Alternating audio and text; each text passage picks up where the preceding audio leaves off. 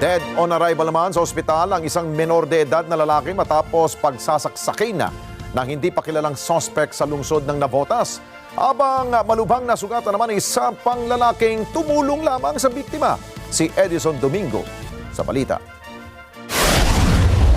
Isang menor de edad na lalaki ang binawian ng buhay habang isang 22 anyos na lalaki naman ang sugatan sa barangay Tangos North sa lungsod ng Navotas.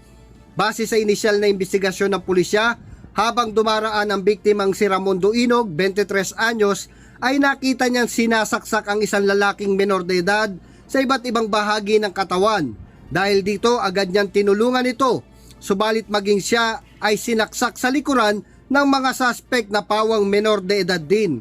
Matapos ang pananaksak ay agad tumakas sa mga suspect patungong Bicasenia Street, Tangos North.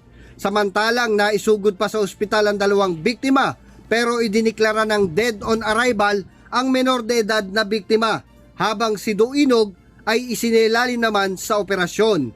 Agad namang kumilo sa mga tauhan ng PNP Navotas upang makuha ang mga Child in Conflict of Laws o CICL. Dumami naman bigla ang mga residente sa harap ng barangay hall ng Tangos North na mabalita ang nakuha na ang menor de edad na suspect. Dito nga nagkaroon ng gulo kung saan itinuro ang isa pang lalaki na kasama umano ng mga suspect. Kasunod nito ay di na napigilan ng mga residente, lalo na ang mga kabataang lalaki na pagtulong-tulungan bugbugin ang suspect. Sinikap ng mga pulis na awati ng mga tao para mapanatili at maipatupad ang peace and order, subalit sa dami ng tao ay nahirapan ng mga otoridad na pigilin ang mga ito. Nagtamo naman ng minor injury ang isang pulis habang umaawat sa pananakit na itinuturong kasama ng mga suspect. Dilala naman sa kustodiya ng PNP ang CICL at ipinaalam sa kanya ang pagkakamaling nagawa at ililipat sa bahay pag-asa ng lungsod.